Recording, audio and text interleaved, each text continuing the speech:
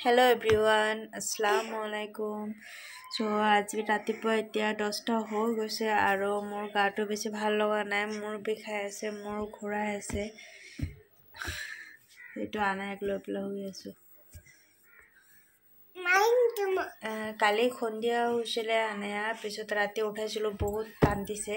কিয় আমি এনেকা কৰি আছা পদ্মতি কৰি আছা সব মোবাইল লাগে মোবাইল চাব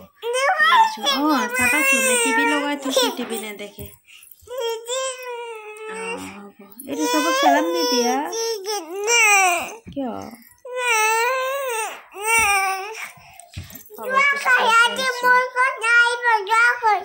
রাতি তোমার ঘৰত যায় নেকি ৰাতি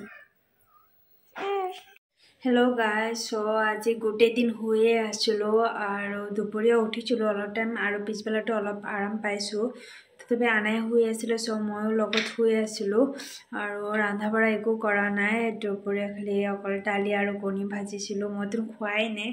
এতিয়া চাহ বনাইছো চাহও খোৱা নাই অলপ পিছত খাম মানে ভুকে লগা নাই এনেকুৱা হৈ আছে সো এতিয়া বনাই আছো মাছ তৰকাৰী আৰু ভাজি তেলবৰ কাৰণে তো লাগিব এতিয়া অলপ আৰাম পাইছো সো ভাবিলো এটা ফটাফট বনাই ল আৰু আনাই উঠিছে টোপনিৰ পৰা সো মাহিৰ লগত আছে তাত সাত মাহিক দিলো আনাও মেগি খালে এটা ভাবিছো অলপ চাহ খাই ল ভাজিটো বনাই ল পিছত অলপ চাহ খাম